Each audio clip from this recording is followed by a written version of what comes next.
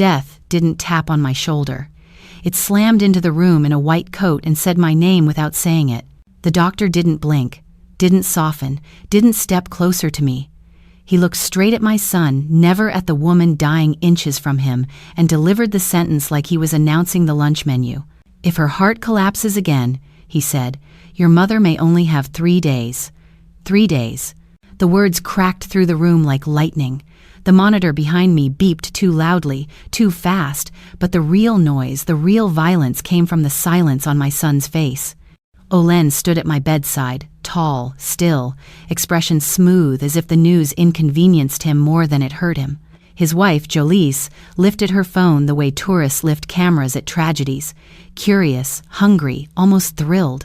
Her screen was already open, recording, reflecting the sharp overhead light. I lay flat, oxygen burning my throat, but my mind snapped open like a door kicked from its hinges. The doctor left. The door clicked shut.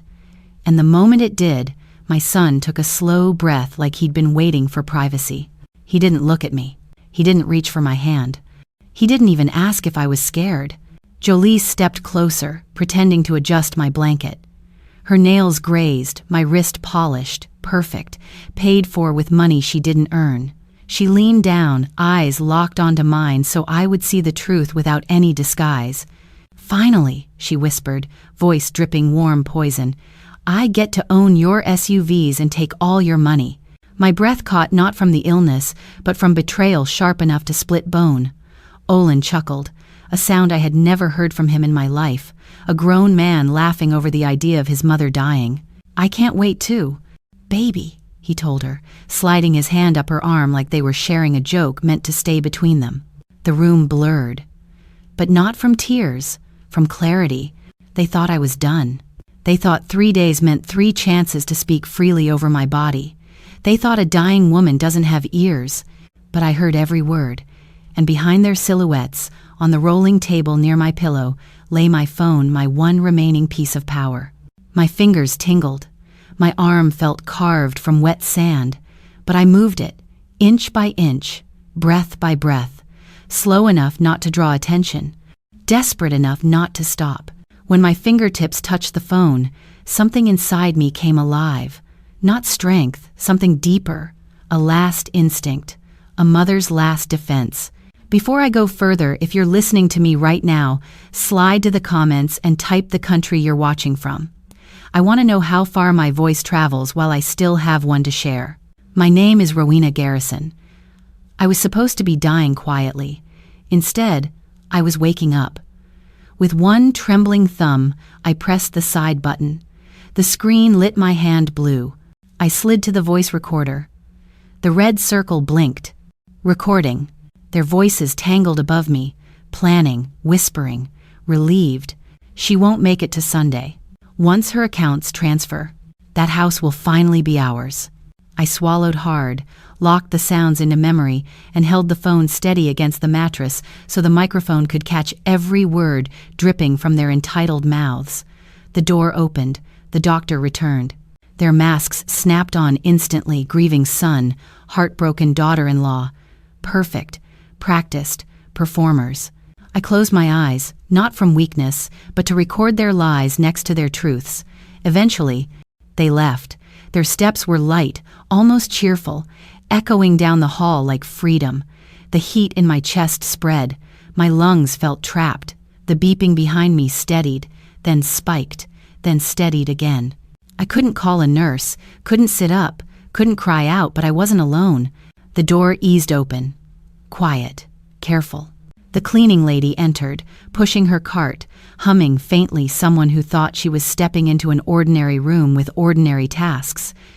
She thought I was asleep. Her eyes widened when she saw mine open. I gathered the last strength sitting in my chest and whispered the first words of my new life. "Help me, and you'll never do this work again." She stopped pushing the cart the second my voice came out. For a moment, I thought maybe nothing had really left my throat, that the words were only in my head. But her hand froze on the metal bar and her eyes lifted to mine, wide and uncertain, like she had just heard a sound she was not supposed to hear.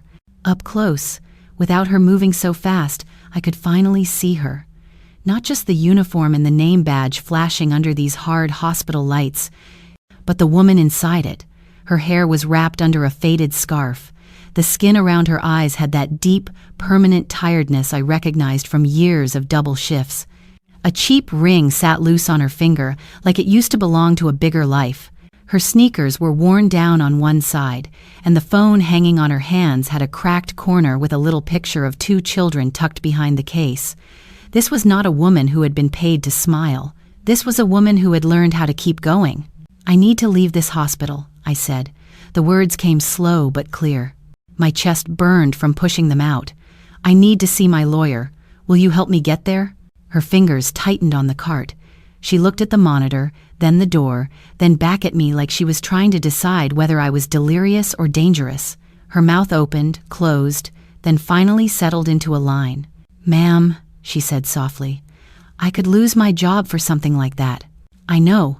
My voice cracked. I swallowed and forced it steady. "I also know you heard what my son said in the hallway." Her gaze flicked away. That told me enough. Olin and Jolisi had not bothered to lower their voices when they stepped out earlier. They thought I was too far gone to matter. But sound travels in quiet places. So does truth. "I heard some things," she admitted. "Wasn't my business." "It became your business when you stood there and didn't join them," I told her. "You have nothing to gain from me. That's why I'm asking you." She let go of the cart and came closer. Not too close, just enough that her shadow touched the side of my bed. There was a long silence. I could see the fight in her eyes, the fear of a supervisor's anger, the fear of unpaid bills, the fear of doing the wrong thing for a stranger right before lunch break. "I need to get to my lawyer," I repeated, "before my son gets to my life." Something in that sentence landed where her fear couldn't block it. She glanced at the door one more time, then took a slow breath, like she was stepping into cold water. "When?" she asked. "Today," I said. "As soon as I can stand without falling." She nodded once, quick and sharp. "Then we need the doctor in here first. He got to clear some things, and I'll figure the rest." She stepped back, grabbed the trash bag like nothing had happened, and moved around the bed just as the door opened again. My doctor walked in, chart in hand, his expression set in that careful calm they all wear when they have seen too much dying.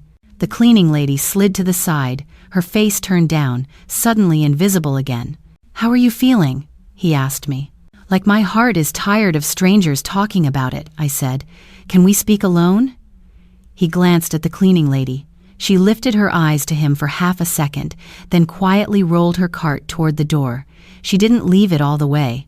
I heard it stop just outside, wheels locking in place.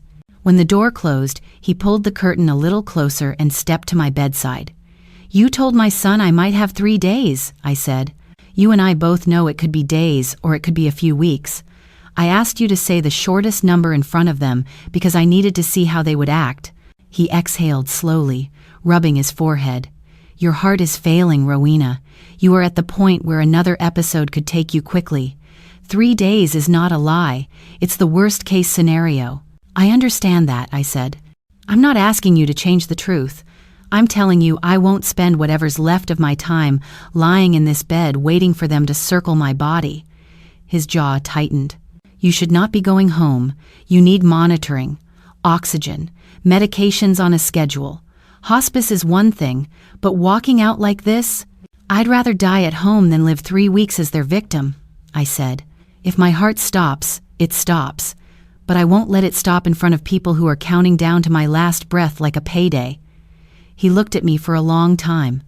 I saw the conflict in his eyes, the doctor who wanted to keep me alive, the man who had heard my son laugh in this room and could not unhear it. Finally, he sighed and nodded once.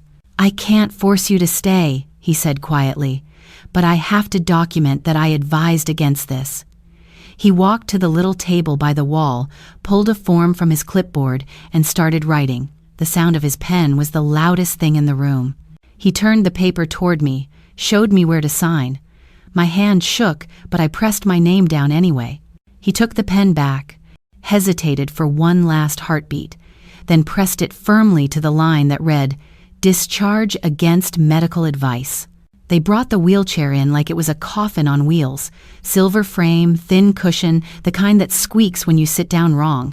The nurse parked it beside my bed and did that gentle, professional smile they all do when they're trying not to show you they think this is a bad idea. Papers were already in my chart, my signature drying under the words, "Against medical advice." "I'll be back with your discharge meds," she said, adjusting the IV line one last time. "Don't try to stand up alone, okay?" "I won't be alone," I told her. When the door closed behind her, the room felt bigger and emptier at the same time. The air had that thick, chemical smell that sinks into your clothes and follows you home. In the corner, the trash bag was tied neatly, the floor already shining. The only thing out of place was the cleaning cart in the hallway, parked just to the side of my door like it was waiting for a signal. I didn't call her name. I just said, "You still willing to help me?" Her head appeared in the doorway first, then her shoulders, then her small, tired body in that pale uniform. She glanced up and down the corridor before slipping inside and pulling the door mostly shut behind her. "You sure about this?" she whispered. "Once we start, can't halfway it." "Halfway's how I got here," I said. "I'm done with halfway."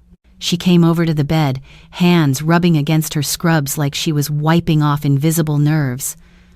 Up close again, I noticed more this time. Her shoes were run down, one heel worn lower than the other, the fabric near the toes stretched and faded. A plastic container sat in the top of her cart, steam fogging the lid where she'd saved half of something for later. The cracked phone I'd seen before slipped out of her pocket when she bent to lock the wheelchair brakes. The screen lit up just enough for me to catch a quick glimpse of two little faces on the lock screen, pressed cheek to cheek, gap-toothed and smiling. "Tell me if I hurt you," she murmured, slipping one arm behind my shoulders. "We gonna do this slow." She moved like somebody who had spent her whole life lifting more than her own weight. She guided my legs over the edge of the bed, held steady while I fought the dizziness that came with sitting up.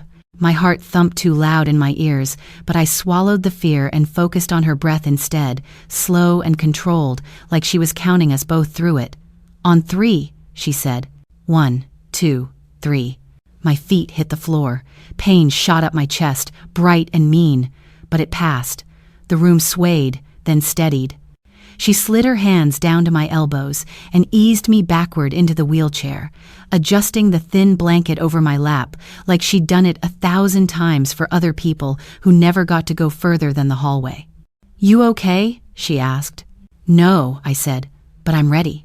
She gave the smallest hint of a smile at that, then stepped behind me and gripped the handles. The chair jerked forward, then rolled smooth toward the door. She cracked it open a few inches and listened. Voices drifted from down the hall, doctors, nurses, a TV left on somewhere. No Olen, no Jolice. Main elevators. "Gone be busy," she muttered. "We'll take the service one." We slipped into the hallway like we didn't belong to it. She took a left instead of a right, away from the nurse's station, away from the waiting area where my son liked to stand and check his phone. The walls here were plainer, the lights dimmer. No paintings, no flowers, just beige and metal and the quiet clack of my wheelchair over the floor. My heart hammered harder at every turn. Any second, I expected to hear my name shouted behind us, to feel a hand grab the chair and spin it around. But the only sounds were the building's bones. Vents, humming, distant beeps, the low rumble of a cart on a different floor. We reached a gray door with a sign that said, "Staff Only." She punched a code into a keypad with quick, practiced fingers. The lock clicked, and she pushed us inside. The air changed again cooler, with the smell of cleaning chemicals and concrete. The service elevator sat waiting, metal doors closed, scratched from years of use. "This how we come and go," she said quietly. "Nobody looks twice back here." She pressed the button. The elevator took its time, groaning its way up. I pressed my hand to my chest. The pain flared, then settled into a heavy ache. "You sure you don't want to call your family?" she asked, eyes on the floor, numbers lighting up. "I did," I said. "They told me everything I needed to know." The doors slid open. She rolled me in, turned the chair so I faced the doors like any other patient transport. As we descended, the lights flickered across her face, softening the lines, making her look younger and older at the same time. When the doors opened again, we were in a different world. Concrete floors, back doors, a side entrance nobody used unless they had work to do. Outside, the air hit me with a rush cooler, realer, carrying the faint smell of car exhaust and somebody's cigarette. She steered me down a short ramp toward the curb. A few taxis were lined up, drivers leaning against their cars, scrolling on their phones, waiting for fares that could still walk on their own. "Can you stand a second while I fold this?" she asked. "With help," I said. We did another slow dance, me pushing up on unsteady legs, her folding the wheelchair and flagging down a cab at the same time. One driver straightened, saw my hospital gown peeking from under the sweater the nurse had thrown over me, and came trotting over. He opened the back door, cleared some fast food wrappers from the seat, and took the chair from her without asking questions. I lowered myself into the back seat, lungs fighting for air that didn't taste like antiseptic. The cleaning lady set the folded chair in the trunk, then climbed in beside me, hands clasped tight in her lap like she was the one running away. The driver glanced at us in the rearview mirror, eyebrow raised. "Where to?" I took a breath that felt like it might be my last calm one for a while. "To my lawyer's office," I said. "I have work to do before I die." The elevator ride up to my lawyer's office felt longer than the trip from the hospital. The building wasn't fancy, just one of those older downtown places with scuffed floors and mailboxes that had seen too many names. But the air inside was different from the hospital's coffee, old paper, a trace of cologne from people who still believed they had time. The cleaning lady walked beside me, hands wrapped around the wheelchair handles, eyes taking everything in without staring. Her uniform looked out of place against the glass doors and framed certificates on the wall, but her presence steadied me more than the chair did. His receptionist recognized me the second we rolled in. She stood up so fast her chair spun a little. "Miss Garrison," she said, voice full of surprise and worry, "we weren't expecting you." "Nobody was expecting today," I told her. "Is he in?" "For you, yes." She grabbed the phone, murmured into it, then nodded toward the heavy wooden door at the end of the hallway. "Go right in." My lawyer had been with me for years. He knew the price of every property I owned, the terms of my SUV payments, the shape of my signature when I was calm and when I was under pressure. Today he watched me come in with something like grief in his eyes. "Rowena," he said, standing up halfway behind his desk. "Sit or stay right there, if that's better for you." He looked past me at the cleaning lady. She straightened, unsure if she should leave. "She's with me," I said. "If you have chairs, you can let her rest her feet." He gestured to the side. She parked the wheelchair near the desk and took the edge of a chair so delicately you'd think she was afraid it might break under her. Her eyes dropped to her hands, staying small in a room built on other people's largeness. He sat back down, folded his hands, and studied my face. "You look tired," he said. "I heard about the latest test results." "I'm not here to talk about my numbers," I answered. "I'm here to talk about my name and who it belongs to when I stop answering to it." His jaw flexed once. "All right, tell me what you want." He reached into a drawer and pulled out a thick folder with my name printed neatly on the tab. Inside were my years on paper mortgage documents, car titles, insurance policies, the will we had done when I thought I had more time and a better son. He slid the will out and laid it on the desk between us. "This is the most recent version," he said. "Everything goes to Olin if you pass. He becomes the beneficiary on your accounts, takes ownership of the house and the SUVs. Your personal effects, we left to his discretion." Hearing my son's name attached to everything I had built made my chest tighten. For a moment, I saw him at 8 years old, holding my hand at the bus stop, promising he would buy me a big house one day. Then I heard his voice in that hospital room again, low and eager over my supposed last days. "Revoke it," I said. "All of it. I don't want a will that hands my life to a man who is already spending my death." My lawyer did not argue. He picked up the document, flipped to the back, and marked it with a bold line in red ink, then wrote something quick in his brisk handwriting. He put it aside, separate from the rest, like a piece of spoiled meat. "Do you know what you want to do instead?" he asked. "Yes," I said. I want a trust, one that starts now, not after somebody zips me up. He nodded slowly. A living trust. That means we move your assets into it while you're alive. You name who gets what when you're gone. It bypasses probate, harder to fight. That's what I need, I said. I don't have the strength for a war from the grave. He pulled out a fresh set of forms, the paper brighter than everything else on his desk. Who are your beneficiaries? 50% of everything I own, I said, goes to charity. The one we talked about before, the shelter that helps older women who get put out after divorce or widowhood. He wrote it down, the scratch of his pen steady. And the other 50? I looked over at the woman sitting near the window.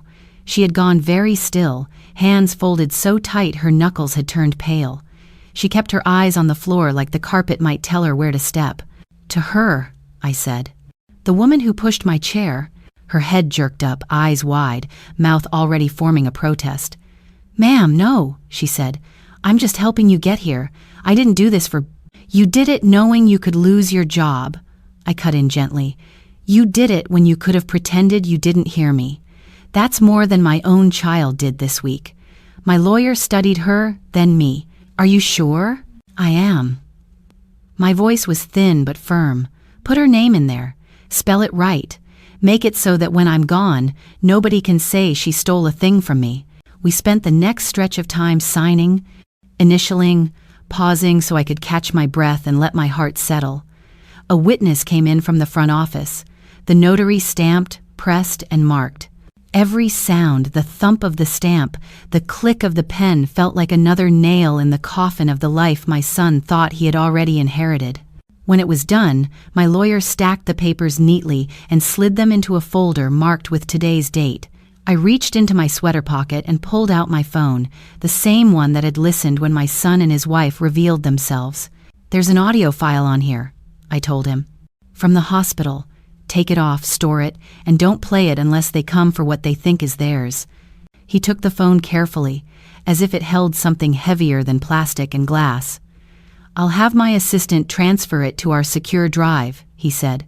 We'll catalog it with your other documents. He looked at the new folder, then back at me.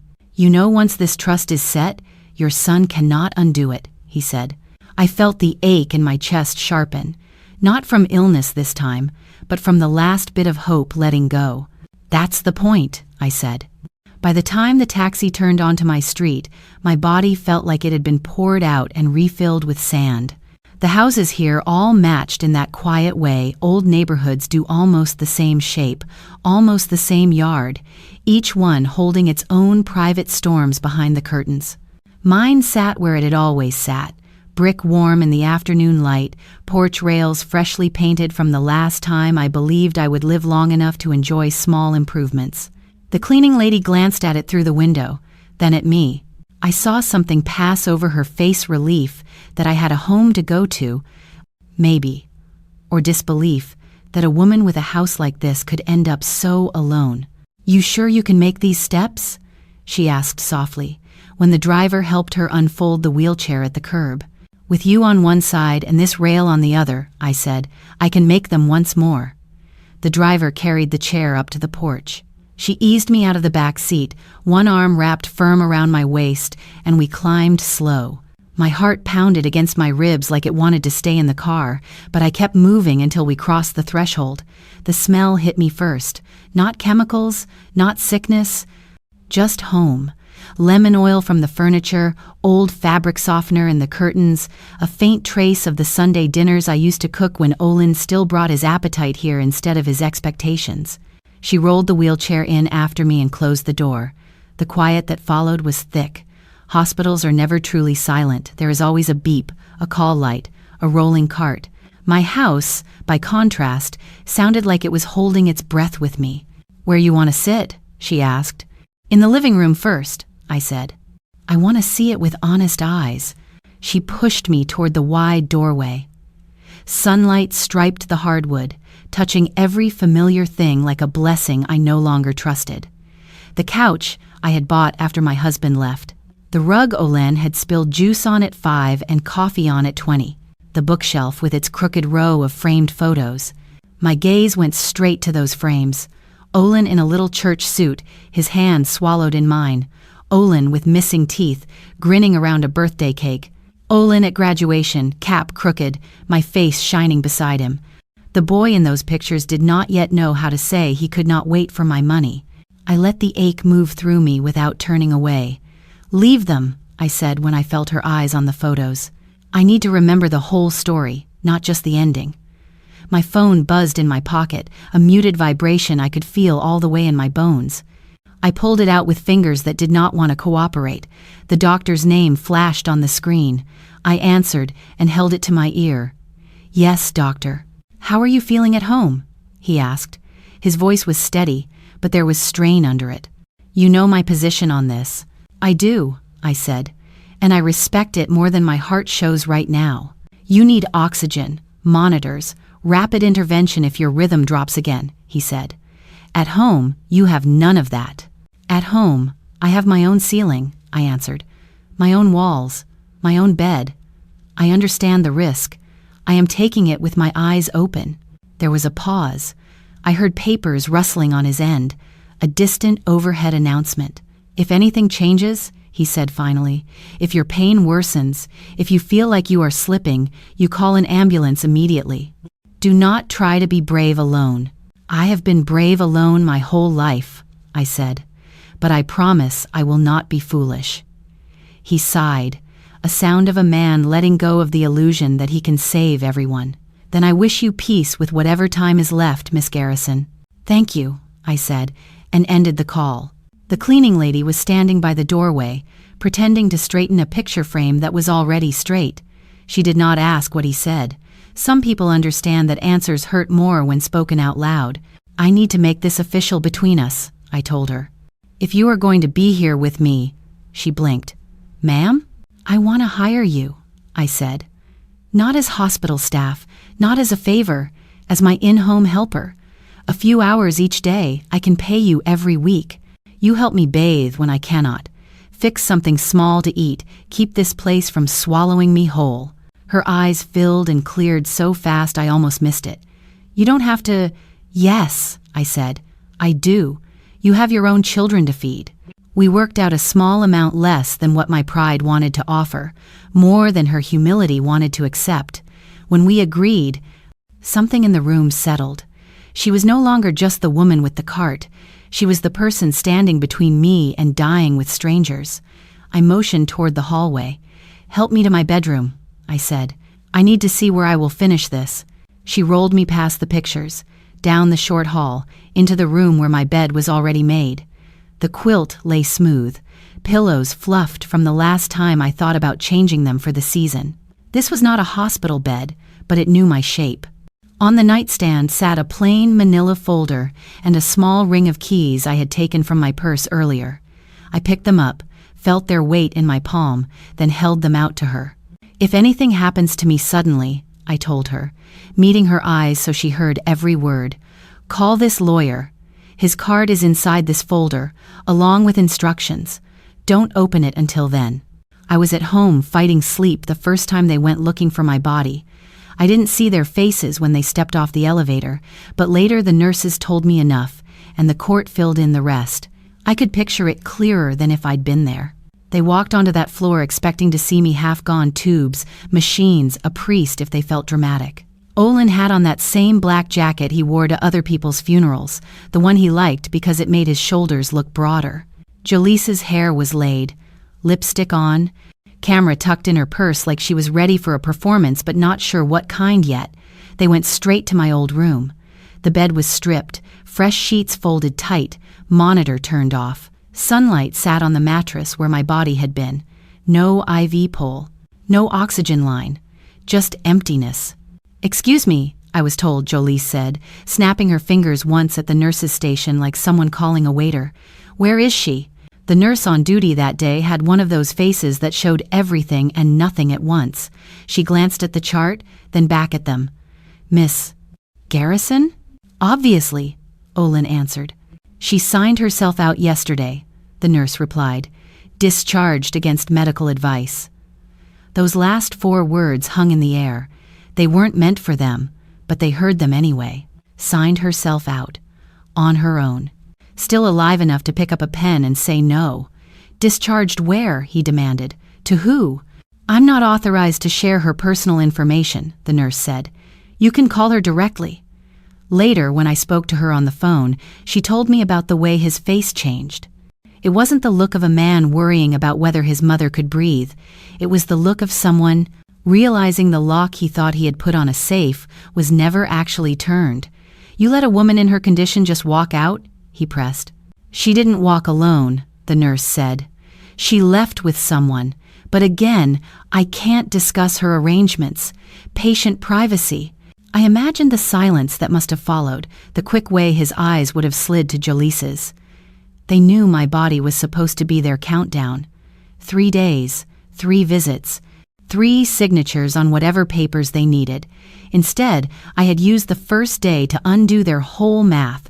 At some point, they ended up in the doctor's small office. That part I know because he called me afterward, voice tight with the strain of holding his ground. They wanted to know where you went, he told me. I told them the same thing I told you. You understood the risks. You made a choice. That's all I can say. I'm sure they were very concerned about my well-being, I said. He let out a small sound that was almost a laugh and almost a sigh. They were very concerned, yes. But it wasn't your breathing they asked about first. While I sat in my own living room with a blanket over my legs, they were pacing the hallway outside his office, filling it with words I had heard versions of my whole life, but never so naked. The hospital walls heard it first. The legal transcripts caught it later. We needed her to stay put, Jolice hissed at him, heels stabbing the tile. You told us 3 days. How is she out shopping for lawyers? Calm down, Olin snapped. We don't even know where she is. Maybe she went home and dropped dead in the driveway. You don't say that about your mother, the doctor told them. He told me he couldn't help it. Some things pushed past his professional training. She should have thought about being a mother when she changed everything without telling us, Olin shot back. Do you know how much we've already put on our cards because we thought this was handled? That was when their real problem came spilling out. Not grief, not fear. Numbers. They had debts. Business loans sitting on the edge of default. A line of credit stretched until it thinned and snapped. Shopping trips and dinners and vacations posted online for people to, like, all balanced on the expectation that my account was the safety net underneath. These were things they hadn't said to me, but they said them now, when they thought they were only talking to a man in a white coat who didn't know where I kept my papers. We moved money around based on what you told us, Jolice said. We were counting on that house, those cars. We already talked to a broker. The doctor told me there was a moment when both of them went quiet, like they had reached the edge of something and were afraid to look over. Then Jolice's eyes lit with that sharp, cold light I knew too well. Check her house, she said, her voice low and certain. She has to die somewhere. I heard the cars before I saw anything. Tires on the gravel, doors slamming hard enough to rattle something in my chest. I was sitting on the edge of my bed in my nightgown, feet on the rug, pretending the ache behind my ribs was just from standing too long.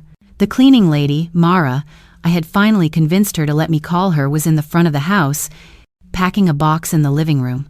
We'd only started the process, just a few things going into cardboard. A charity representative had come by that morning to walk through and take notes, measurements of the dining table, the couch, the old dresser I didn't want to see turned into an argument later. My lawyer had said he would stop by too, to go over a few last signatures and explain how the trust would work after I was gone. It was supposed to be a quiet day of planning while my heart still had the strength to beat steadily, but greed doesn't respect calendars. Through the bedroom window, I could see the street. My lawyer's sedan was already parked at the curb. A second car had arrived while I was catching my breath.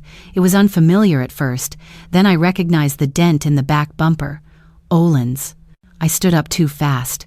Pain flared in my chest, sharp enough to make the room tilt. I grabbed the dresser, breathing slow until everything settled back into place. From the living room, I heard Mara's voice, low, polite. Then another voice cut through her calm like a knife through paper. What is this? That was Jolice. I didn't need to see her to know she had one hand on her hip and the other already halfway to her purse, ready to pull out that phone if she thought it would help her win. I shuffled to the doorway and leaned there, close enough to hear, far enough that I stayed out of sight down the hall. My heart wasn't ready for their faces again. "We're just beginning the inventory," the charity representative said. She had a soft but firm tone, the kind women who have learned to stand their ground use. "Your mother indicated these items would be part of a donation." "Our mother is in the hospital," Olin snapped. "Or she was. Where is she? Who told you you could walk through her house?" "My client did," my lawyer replied calmly. "She signed the trust documents herself. I'm acting on her instructions." There was a beat of silence heavy enough that even the walls seemed to listen. "Trust?" Jolise echoed. "What trust?" I could imagine my lawyer sitting there in his suit, hands folded, papers in his briefcase, looking at them like this was just another difficult meeting on a long day. "A living trust," he said. "Your mother transferred her assets into it while she was still competent. 50% is designated to the charity. The other 50% is assigned to Miss Mara here." Mara made a small choking sound that traveled all the way down the hallway. "I told you I didn't want trouble," she whispered. "I just helped you out the hospital. And I told you the trouble was already here," he reminded her gently. "You're lying," Olin said. I heard his shoes on the hardwood, that impatient, heavy step he used when he wanted people to clear out of his way. "My mother would never give my inheritance to a stranger who mops floors." Those words stabbed deeper than the pain in my chest, not because he lowered me, but because he lowered himself without even knowing it. "She didn't give your inheritance to anyone," my lawyer said. "She gave her own property where she wanted it to go. That's the law." "I am her son," he growled. "I'm supposed to get everything. That's how this works. In the absence of a will or trust, next of kin often inherit," my lawyer said, patience thinning. "In this case, there is a valid trust. Your mother's wishes are clear." The charity representative shifted, uncomfortable. I could hear the tape Mara had been using to close boxes, still stuck to her hand, forgotten. "So you're telling me," Jolise said slowly, words dripping with disbelief, "that this woman," I heard the rustle of her pointing toward Mara, "and some charity we've never even heard of, now own half of everything we've been helping take care of all these years?" "Helping," Mara repeated under her breath, just loud enough to carry. My lawyer didn't raise his voice. "What I'm telling you is that your mother created a living trust. It's executed, it's legal, and unless a court finds evidence of coercion or fraud, it stands."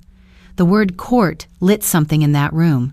I could feel it from the hallway, the shift from shock to calculation, from confusion to anger sharpened into purpose. "So she's what then?" Olin demanded. "On a ventilator somewhere? You said competent. For her to do all this, she had to be half dead. Who put that pen in her hand? You? No one forced her," my lawyer said. She understood exactly what she was doing. They didn't hear that part, or they refused to, because panic had already grabbed them and squeezed. Their whole plan depended on me being still, predictable, out of the way. Instead, I had moved without their permission. "If this trust is so valid," Jolise said, her voice going cold, "it means she's gone, or she will be any minute now. That's the only reason you all feel bold enough to walk around her house like it already belongs to you. They had already buried me in their minds. The trust just gave them a headstone to fight over." "You manipulated my dying mother," Olin's voice exploded, hitting the hallway like a slap. "I'll drag you and this cleaner to court." The papers came on a Tuesday. I remember because the light coming through my bedroom blinds had that tired gray color that makes everything feel heavier. Mara brought the envelope in with her gloved hands like it might burn her. "It's for you," she said, voice too small, "from some law place." My name sat on the front in thick, official ink. I didn't have to open it to know who was really speaking. I opened it anyway. Inside, the words lined up like soldiers. Petition, contest, capacity, undue influence. All those big phrases wrapped around one thin accusation that an old, sick woman could not possibly decide for herself who her life belonged to.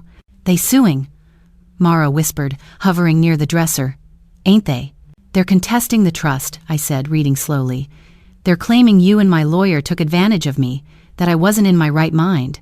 She staggered back a step, her hand flying to her chest. "I ain't took nothing from you," she breathed. "You called me. You told me what you wanted." I was scared to even push that chair.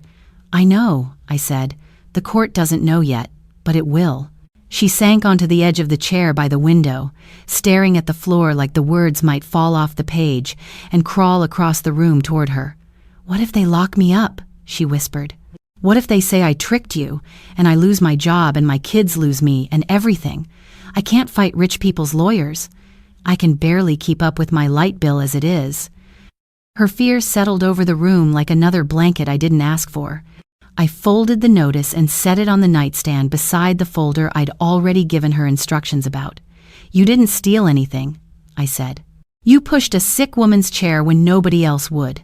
Whatever happens next, we walk in knowing the truth is not on their side." My lawyer came that afternoon, his tie loosened, eyes a little red around the edges. He'd gotten his own copy, faster, straighter from the clerk. He laid it next to mine and pointed with his finger. "They're alleging undue influence," he said, "claiming you lacked capacity, that Mara here and I manipulated you for financial gain." Mara couldn't even look at the page, her hands twisted in her lap, fingers locking and unlocking like they were trying to hold on to something that kept slipping. "Can they undo everything?" she asked, words shaking. "Can they snatch it all back?" "If a judge believes their story, the trust could be set aside," he said honestly. "But that requires proof. Right now, all they have is anger and entitlement." He turned to me. "You are the strongest witness against that claim.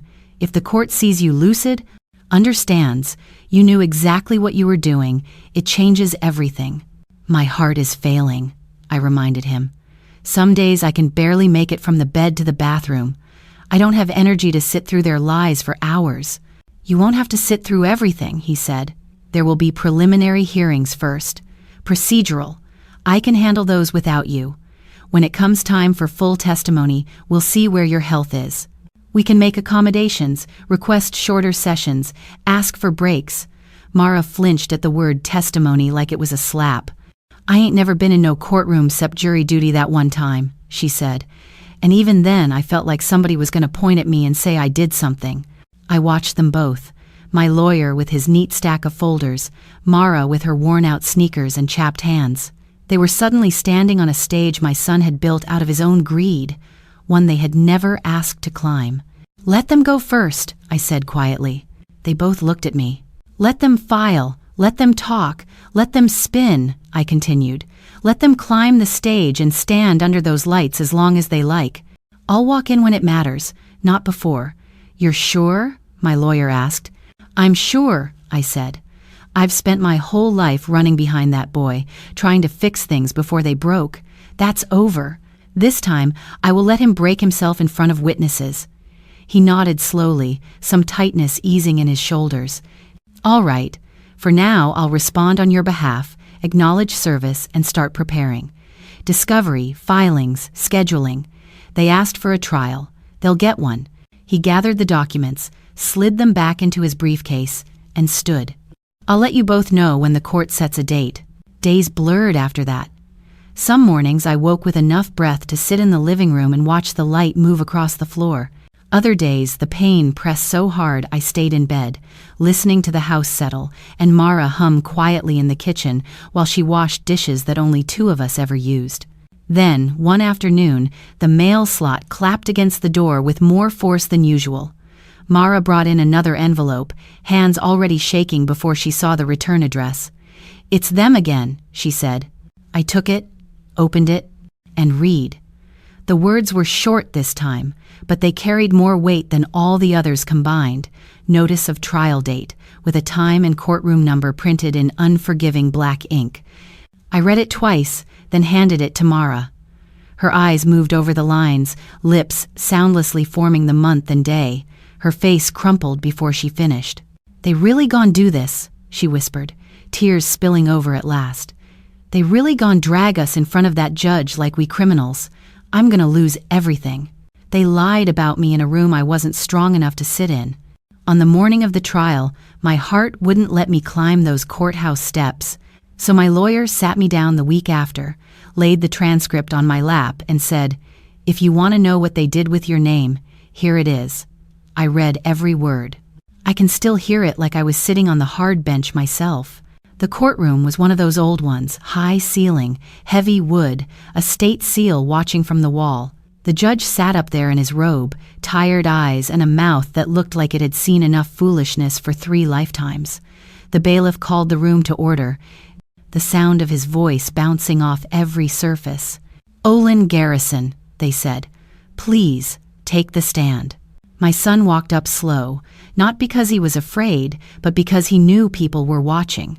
He straightened his tie, placed his hand on the Bible, swore to tell the truth. Then he sat down and wrapped himself in a story he thought would save him. "I was a devoted son," he told them. "I visited my mother, checked on her, made sure she had everything she needed. I never rushed her. I never pressured her."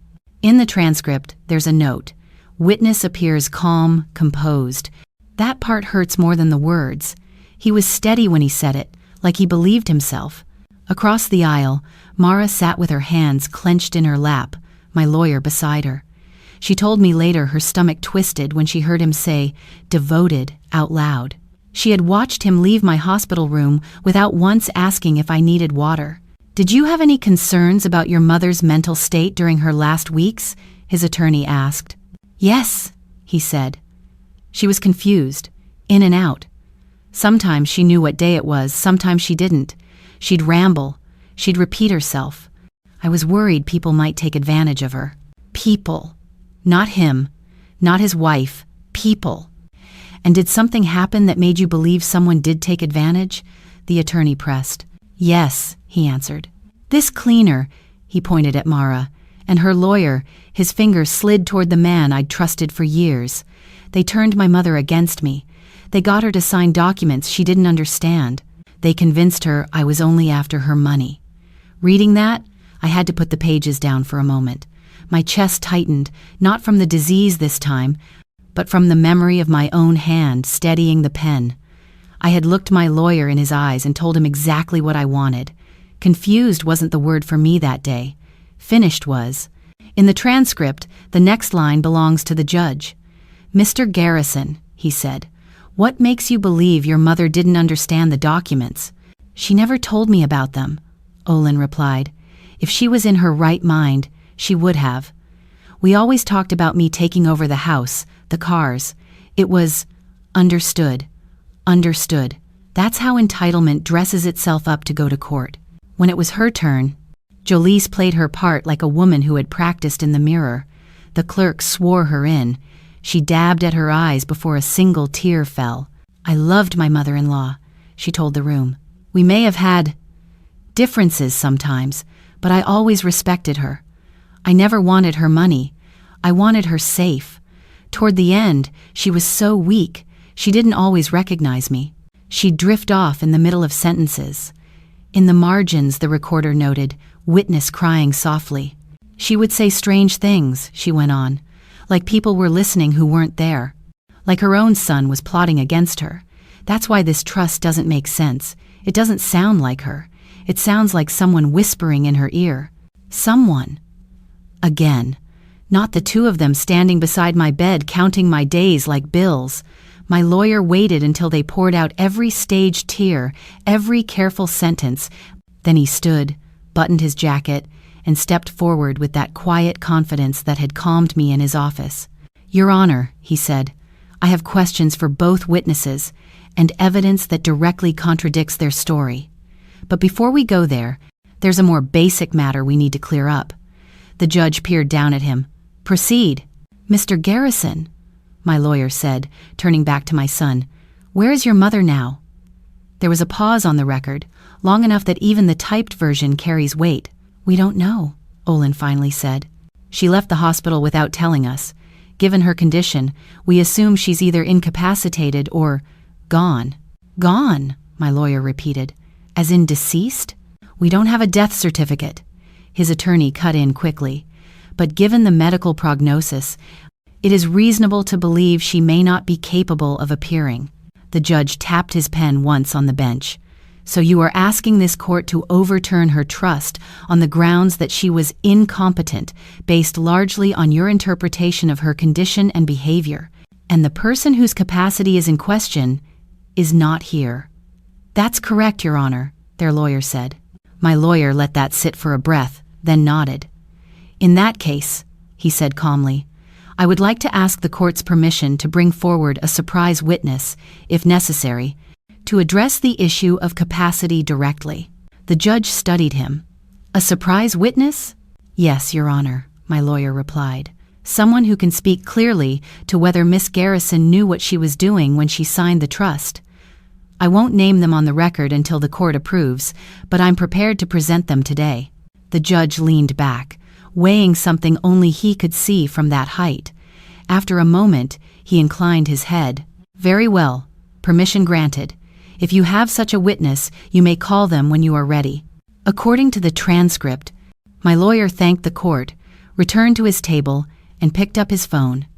One short line captures the moment that changed everything. Counsel sends a brief message to someone outside the courtroom. The hallway outside that courtroom smelled like old wood and nerves. I could feel both. I sat in a borrowed wheelchair, my sweater pulled tight around my shoulders, oxygen canister at my side like a quiet chaperone. Every beat of my heart felt a little too loud, a little too fragile, like it might decide at any moment that this was too much. Mara sat on a hard bench beside me, hands locked together between her knees, staring at the floor. She hadn't said much since we left the house that morning. Fear can make a person quiet in ways sickness never could. My lawyer stepped into the hallway, door easing shut behind him. His eyes scanned my face first, then the slight rise and fall of my chest.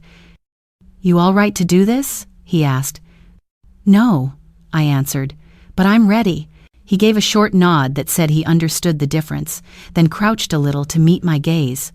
They think you're gone, he said. They've built their entire case on you, not being able to speak for yourself. When you roll in there, don't rush. Let them feel it. Help me stand, I told him. I want my feet under me when that door opens.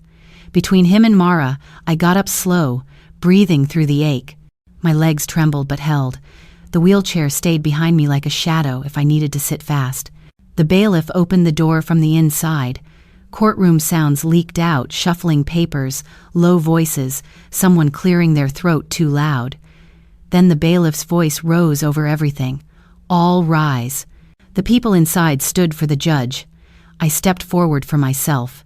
Each step across that threshold felt like I was walking out of my own grave. I didn't have the strength to move fast, so I didn't. Slowness became its own kind of power. Heads turned in waves. First the gallery, then the lawyers at their tables, then the judge looking down from his high seat. I saw it hit their faces. Recognition, confusion, shock. For a second, the whole room forgot how to pretend. Olin was halfway out of his chair before he realized he had moved. His mouth dropped open, then snapped shut. All the words he'd thrown around so easily about my confusion and my absence shriveled between his teeth. Mom? He breathed, but it didn't sound like a greeting. It sounded like a mistake he wanted to take back. Beside him, Jolise gripped the edge of the table until her knuckles went white. How? She whispered, but the rest of the sentence died when she realized everybody could hear her. My lawyer guided me toward the witness stand. The judge recovered faster than the rest. He rapped his gavel once, not hard, just enough to shake the spell. Order, he said. His eyes stayed on me. Miss Garrison, are you able to testify? I am, Your Honor, I said. My voice came out thinner than it used to, but clear. For as long as this heart will let me sit up, I can tell the truth. There was a murmur in the gallery. The bailiff lifted his hand, silencing it. I eased into the witness chair, grateful when my lawyer slid the oxygen line a little closer. The clerk stepped forward with the Bible. Do you swear to tell the truth, the whole truth, and nothing but the truth? I put my hand on the cover. It was warm from other people's promises. I do, I said. My lawyer approached first. His questions were simple. Miss Garrison, did you come to my office of your own free will to discuss your estate? Yes. Did anyone force you, threaten you, or pressure you to sign the trust documents we prepared? No. Did you understand that by signing, you were placing your home, vehicles, and other assets into a trust that would distribute them according to your wishes after your death? Yes, I said. I chose Charity and Mara because they had both done more for me in my last days than my own child had done in years. The judge watched me close, measuring every word. Did you believe you were confused or incapable of making those decisions at the time? My lawyer asked. No, I said. Sick is not the same as stupid. Dying is not the same as helpless. I knew exactly what I was doing. I still do. He nodded, stepped back. No further questions at this time, Your Honor. The judge turned his attention to my son's attorney. Cross? The man smoothed his tie, walked toward me with that polite, cutting smile lawyers use when they think they've got a weak witness. Miss Garrison, he began, isn't it true that in the hospital you were told your heart could fail at any moment? Yes. And isn't it true you were in pain, exhausted, medicated, and emotionally distressed during that time? Yes, I said again. I was in pain because I heard my son celebrate my death before it happened. A rustle moved through the courtroom like wind through dry leaves. The attorney's smile slipped for half a second. Ma'am, he said carefully, you're telling this court you disinherited your only child because of one conversation? I met his eyes. I rewrote my life because of a truth that conversation revealed. He opened his mouth, then closed it, stepping back slowly. No further questions. The judge leaned forward, resting his hands on the bench. He looked at me not like I was a file, but like I was a person trying to finish something before time ran out. Miss Garrison, he said, voice quieter now, what made you change your mind about your son? I held the judge's gaze and let his question sit inside me for a breath. What made me change my mind about my son? There wasn't a polite way to dress that answer. I did not change my mind overnight, I said. I changed it the day I heard my child celebrate my death. A murmur moved through the gallery. The judge lifted his hand and the room settled again. Explain, he said. I folded my hands in my lap to keep them from trembling. I was in that hospital bed when the doctor told my son I might have 3 days. I began. My eyes were half closed, but my mind was clear. I watched my son and his wife stand beside me, not as family, but as people waiting on a release date. She took my hand like she was comforting me. Then she said she was glad, because now she would own my SUVs and my money. He told her he couldn't wait. Silence pressed in from the walls. Olin stared down at the table, jaw tight. Jolice's eyes were fixed on some invisible point in front of her, her face blank in a way that looked practiced. I lay there, I went on, feeling my heart fight and listening to my only child be excited that it might lose.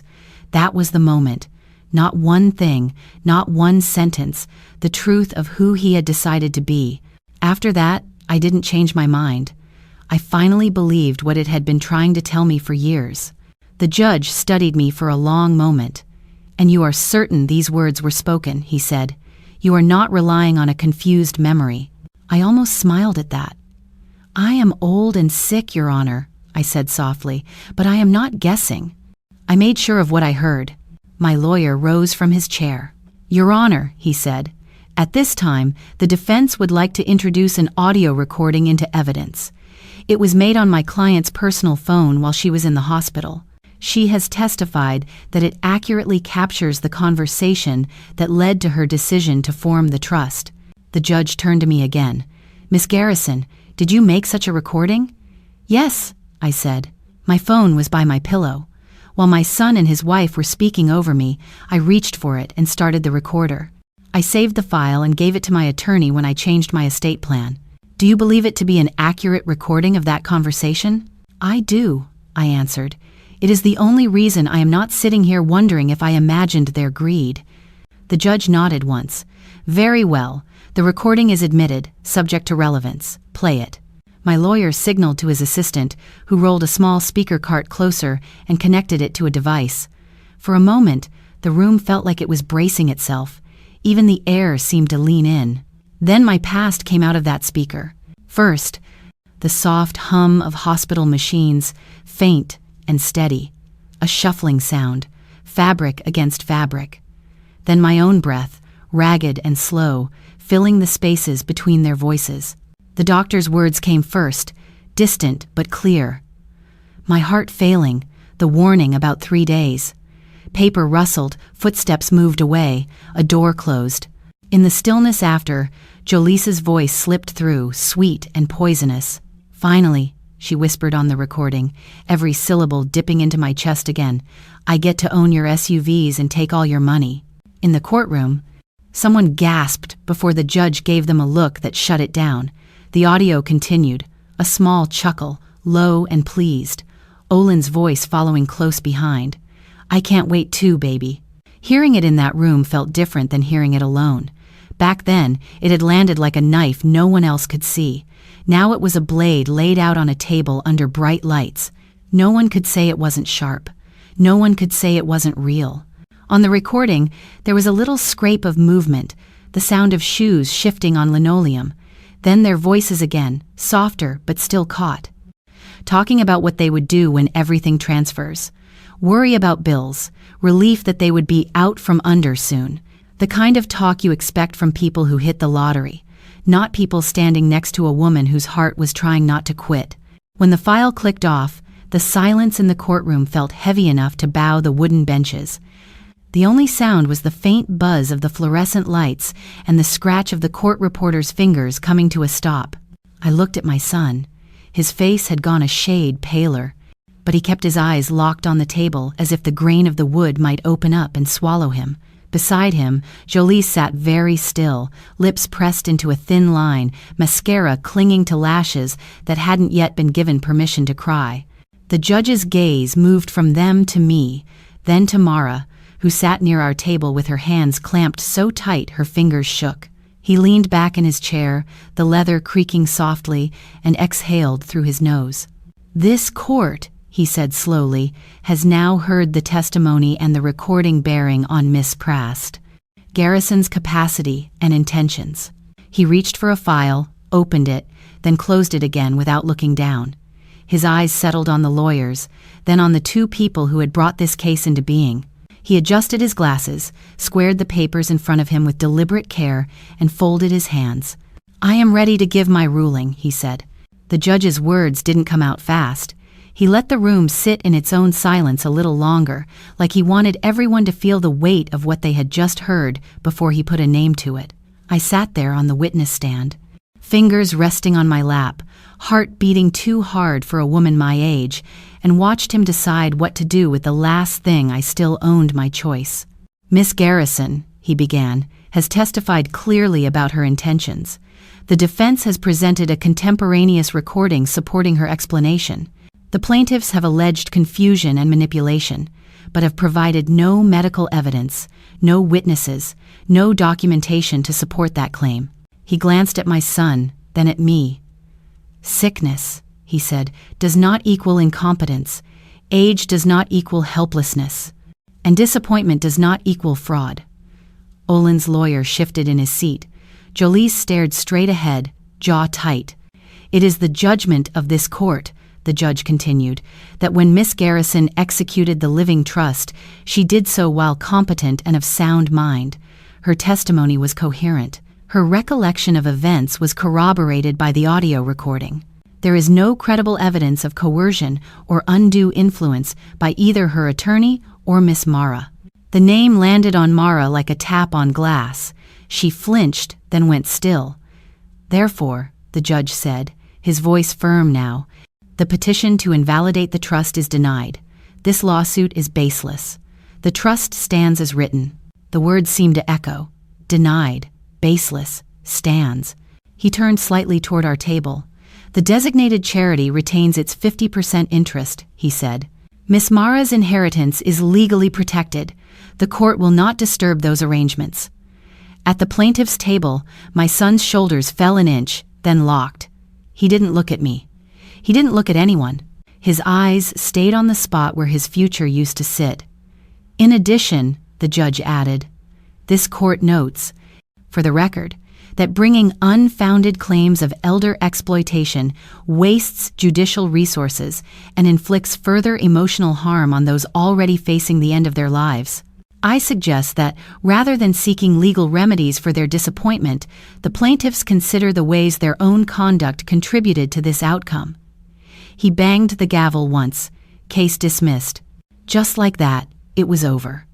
Not my sickness, not the years I'd spent looking at that boy with hope, but this fight, this attempt to pry my name off my own decisions.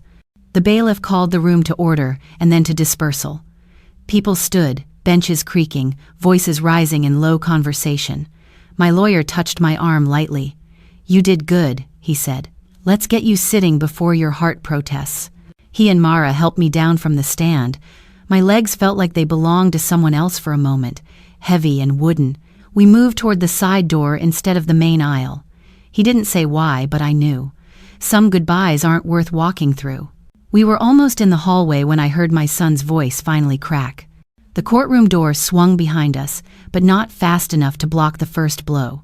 "You couldn't keep your mouth shut for 3 days?" He hissed at his wife. His anger rolled out into the corridor, raw and sharp. "That's all you had to do, 3 days. Now look at us. Don't you dare put this on me," she shot back. Her heels clicked closer, closer to the threshold we'd just crossed. "Your mother heard it, Olin." She reached for her phone. She recorded it. "That's not on me, that's on the fact you raised her expectations and never met them. You were the one talking about owning SUVs and money," he snapped. "You were the one counting the days. And you were laughing with me," she said. "Don't act brand new because a judge finally heard you." Their words tangled, overlapping, turning into a sound I'd lived with for years, blame-shifting like furniture in a house with rotten floors. For the first time, I listened without the urge to step in between them, to smooth it over, to make peace. Their storm was their own now. Mara's hand hovered near my elbow. "You want to wait till they gone?" she whispered. "No," I said. "Let them see me walk away while I still can." We moved down the hallway, slow but steady, my footsteps soft against the tile. When we reached the elevator, I heard a sharp thud behind us, somebody's fist hitting a wall, or maybe just the sound of a dream cracking all the way through. In the car, the courthouse shrank in the rearview mirror, turning back into just another government building with too many stairs.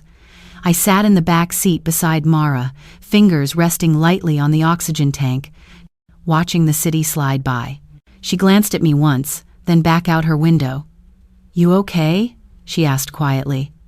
"I'm tired," I said, "but I'm finished with something I needed to finish." We didn't say much after that. There was nothing left to argue, nothing left to prove. The law had done what my heart no longer had strength to do alone. We rode home in that quiet, the kind that doesn't feel empty, just full of everything that no longer needs to be said. After the court, time stopped being days and started feeling like leftovers.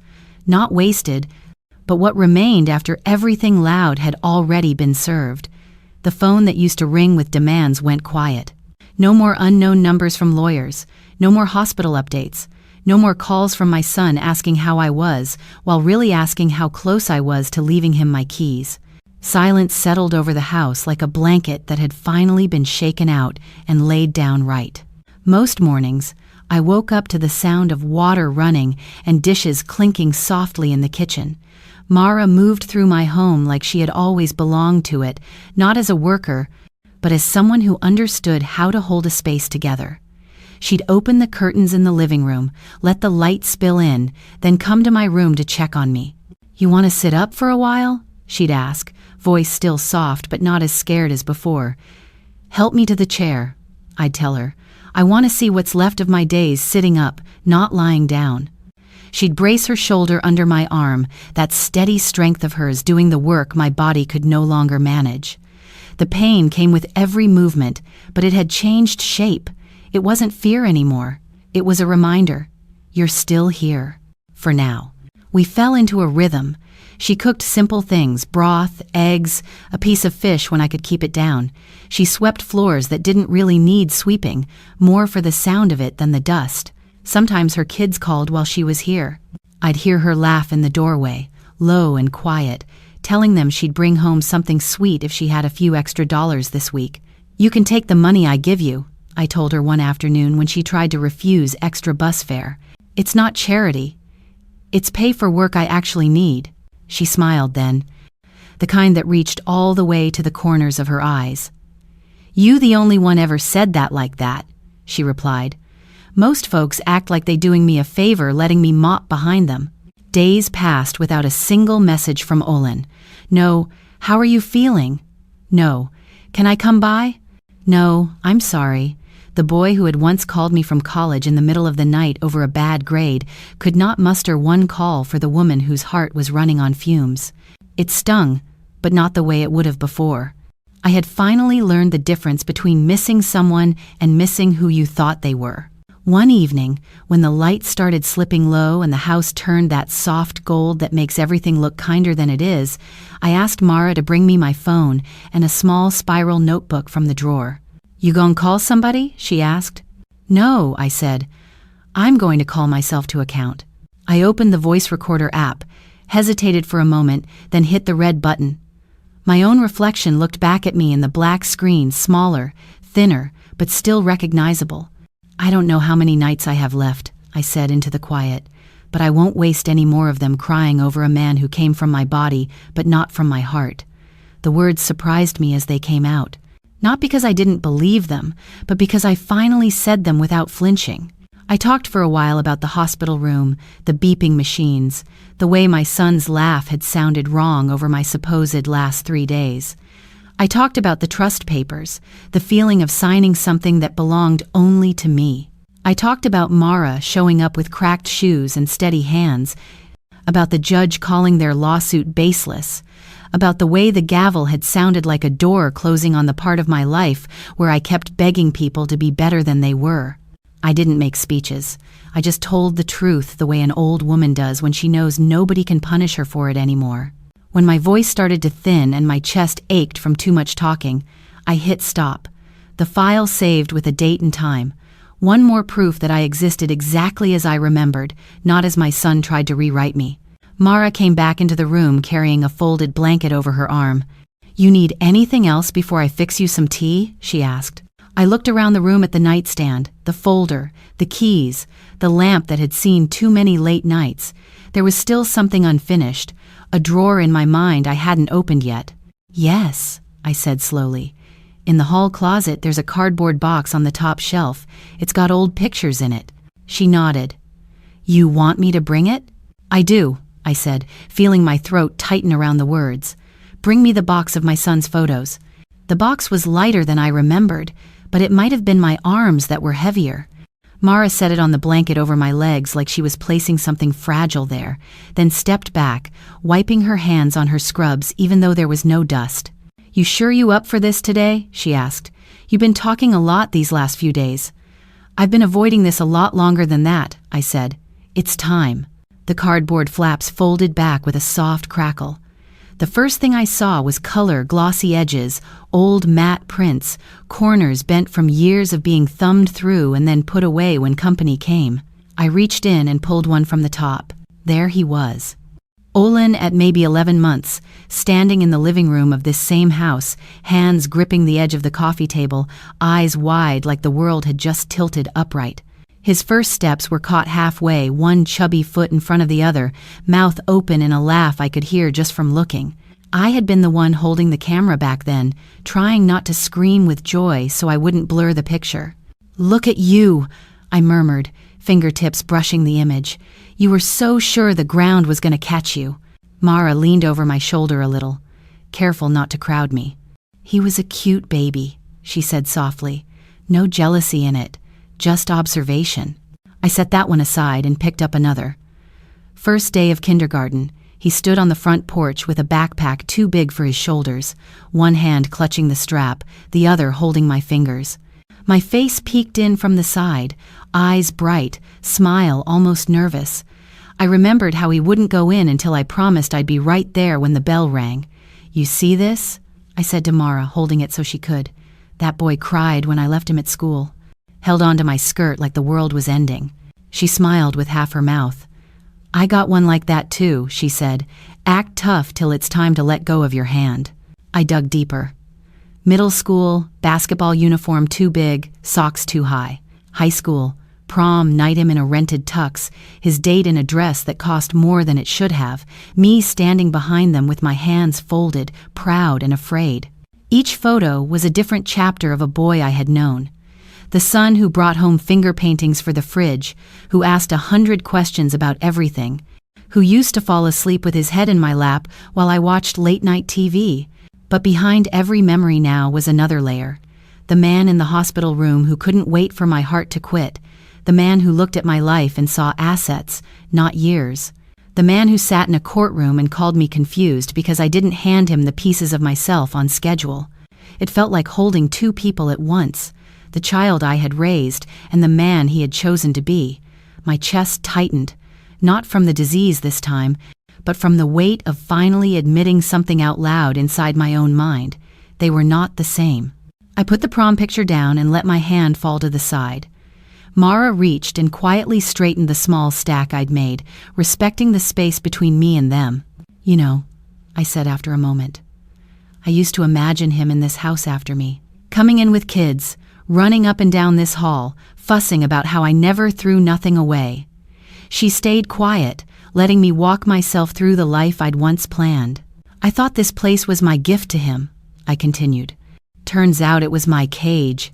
Mara looked around the room like she was seeing it through my eyes. For the first time, the bed where I'd taught him to read, the dresser drawers he used to climb when he was supposed to be napping, the window he'd once broken with a ball and cried over for 2 days straight. "It's still a good house," she said softly. "Walls don't know what people did in 'em. They just stand." I turned my head and looked at her. Really looked. At the tired lines that had started to soften since the court, at the way she moved in this space now. Not like an intruder, but like a caretaker, a steward. "I'm leaving this house to you," I told her. "Not because you're perfect, but because when you could have stolen from me, you didn't." Her eyes widened, shine gathering around the edges. "Miss Rowena, you already done all that paperwork," she said, voice shaking. "Judge already said what's what. You don't have to." "I know what the papers say," I cut in gently. "This isn't about ink. This is about me saying to your face what they'll never make themselves hear. I chose you, on purpose, with my whole mind. This house is yours and my soul long before they read anything out loud after I'm gone." She swallowed hard, a tear slipping down before she could catch it. "I ain't never owned nothing but a second-hand couch," she whispered. "And you sitting here talking about giving me bedrooms and memories and a yard? I'm giving you walls that won't judge you," I said. "And a roof my son thought he was entitled to stand under while he waited for me to stop breathing." The room felt strangely lighter after I said it, like the air had shifted 1 more inch in my favor. I picked up my phone from the nightstand and opened the recorder again. "This one is the last," I said more to myself than to her. I hit the red button, brought the phone close to my mouth, and let the silence stretch just long enough to feel it. "If my son ever hears this," I began, voice low but steady, "there's something I want him to know." I held the phone in my hand for a long moment before pressing record. Not because I was unsure of what to say, but because the truth deserved a steady breath behind it. Mara had gone quiet in the hallway, giving me space the way someone does when they know a moment is heavier than a room can hold. The afternoon light pressed through the curtains, soft and gold, the kind that makes even the dust in the air look peaceful. I lifted the phone, pressed the red button. "My son," I began, not with softness, not with anger, but with the kind of clarity that comes only when a woman has nothing left to lose except the truth she has carried too long. "If you're hearing this, it means I'm not here anymore, or close enough to gone that the people around me know this message matters." I paused, letting the breath settle in my chest. "I didn't record this to beg you to love me. I stopped begging for that when you stood beside my hospital bed and celebrated my death before the doctor even left the room. I didn't curse you in my last days, because curses are for people I expect something from, and I no longer expect anything from you." The phone stayed steady in my hand, steadier than my body deserved. "Your inheritance was not taken from you by a stranger. It wasn't stolen by the woman who cleaned the floor beneath my bed. It wasn't signed away by confusion or by fear. You lost it because of your own words, because you let greed speak louder than the boy I raised. A rustle sounded in the doorway. Mara was straightening a blanket at the foot of the bed, moving slowly, respectfully, listening without looking at me. I made peace with what I decided. I went on. And I made it knowing every consequence. A mother's love is a powerful thing, but it is not a weapon you get to point at her while you wait for her to die. The recorder picked up the faint hiss of my oxygen tank, quiet, rhythmic, measured like a second heartbeat. "You chose the life you wanted," I said. "I chose the ending I needed. Whatever anger you feel now doesn't change that. Whatever story you tell people about me won't erase the one I left behind." My eyes drifted toward the window. Clouds moved slow across the sky, heavy but gentle, the way days move when you know they're numbered. "I hope you find better in yourself someday," I whispered. "But you won't find it in my name, or in my house, or in the things I earned. Those belong to someone who showed up with honesty, not entitlement." I ended the recording.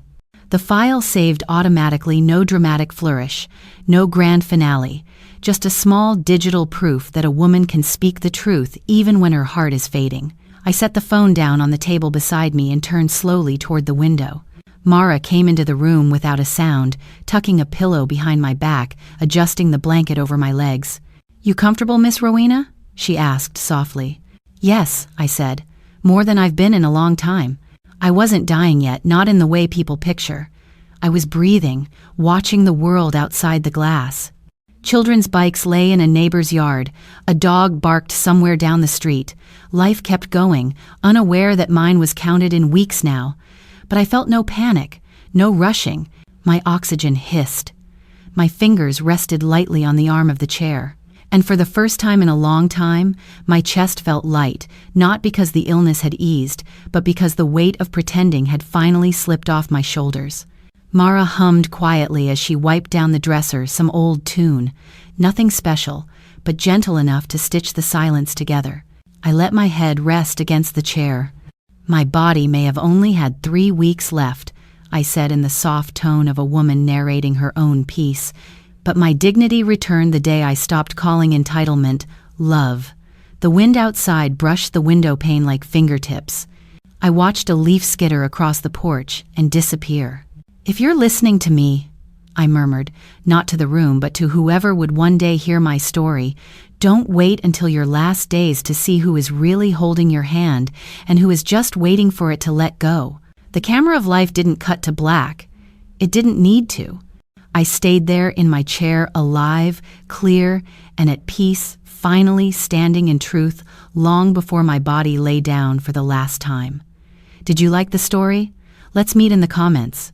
If you like the story, you can support me by sending a super thanks so I can keep bringing more stories like this. Thank you so much for your sweet support. I'm looking forward to your comments on the story.